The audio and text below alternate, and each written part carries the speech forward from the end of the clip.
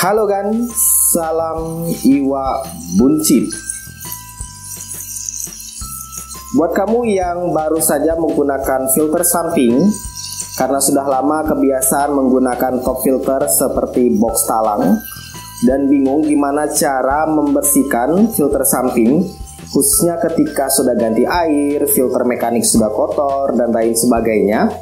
Nah, khusus untuk video kali ini admin akan coba tunjukkan tata caranya. Pastinya yang admin tunjukkan ini berdasarkan pengalaman dan juga pengamatan selama menggunakan filter samping. Sebelum mulai videonya, jangan lupa untuk klik tombol subscribe terlebih dahulu dan juga aktifkan notifikasi loncengnya supaya setiap kali admin update video tentang tips ikan hias bisa segera kamu tonton, bisa segera menambah wawasan kamu. Dan jangan lupa juga kunjungi situs iwabunci.com karena di situ admin akan nulis beberapa konten yang mungkin hanya bisa dalam bentuk artikel saja. Follow akun IG admin di @positifadi. Oh iya, like juga fanpage dari iwabunci.com. Sebagaimana yang sedang kamu lihat saat ini, di filter samping admin ada bioblock, kumpulan bioblock, ada juga filter mekanik busa putih yang sudah berwarna coklat seperti ini, dan ada juga jab mat yang sudah banyak banget kotoran di atasnya, bahkan di bagian dalam ini juga sudah banyak kotorannya. Dan tentunya ini akan menyumbat air yang masuk mengalir ke chamber satunya. Lihat aja level air sudah tinggi seperti ini. Mungkin ada sekitar 4 jari. Sedangkan untuk chamber satunya lagi level airnya itu sudah berada di permukaan pompa celup.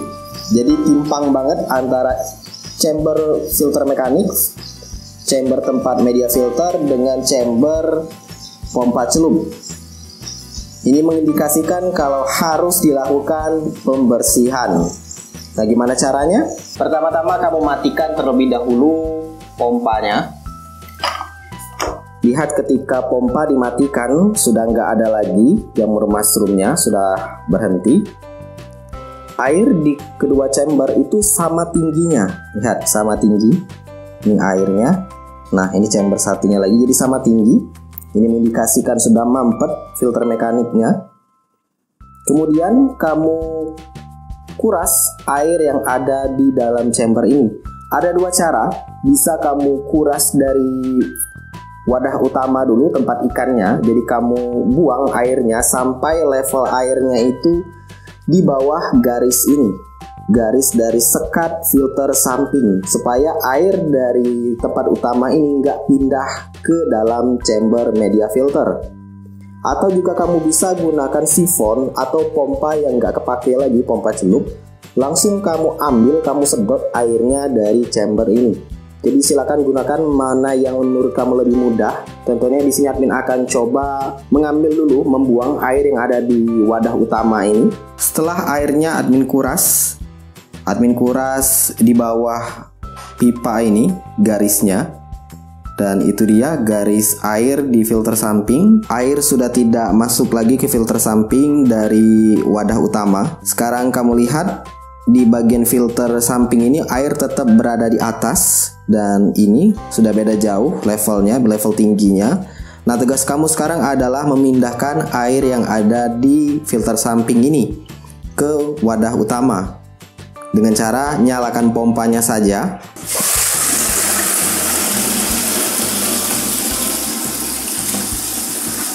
Nah, ketika nyala seperti itu tentunya air nanti akan pindah dari filter samping ini dan pompa akan kesulitan menyedot. Nah, pada saat sudah seperti ini, matikan pompa.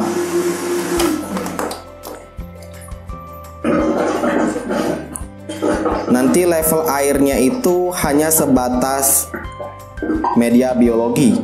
Nah, nanti ada yang kerendam, ada yang enggak. Nah, sekarang kesempatan kamulah untuk mengangkat filter samping ini. Melakukan hal seperti ini tujuannya supaya kotoran yang sudah terperangkap di filter mekanik nggak berterbangan dan akan masuk ke media biologi. Tentunya itu nggak bagus karena media biologi bakal ketutupan kotoran, padahal tujuan kita adalah untuk mengembangbiakan bakteri baik, bukan kotoran ikannya. Jadi dengan mengurangi level air sampai ke bawah ini, kotoran nggak ikut turun juga ke bawah. Jadi kamu bebas mengangkatnya.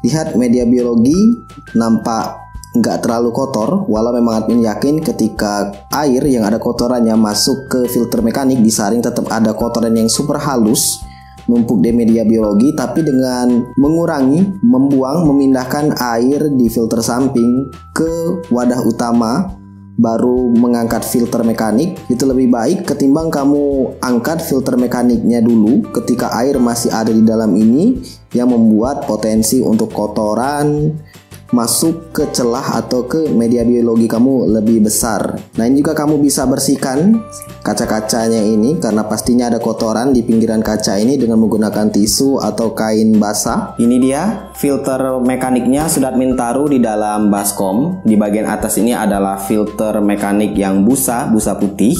Kondisinya sudah nampak miris banget ya. Jadi ada baiknya kamu ganti saja dengan yang baru, atau kalau kamu mau gunakan lagi bisa gunakan cara yang ada di pojok kanan atas ini. Sudah pernah admin buatkan juga.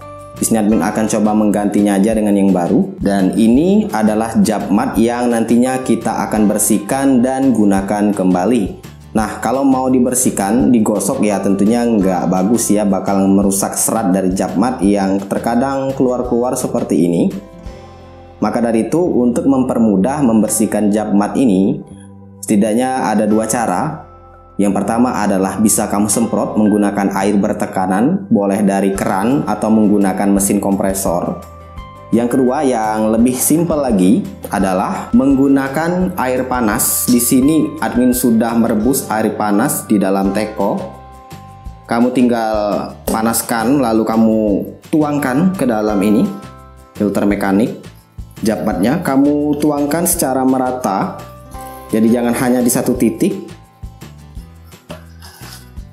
Lihat kotornya sudah mulai keluar.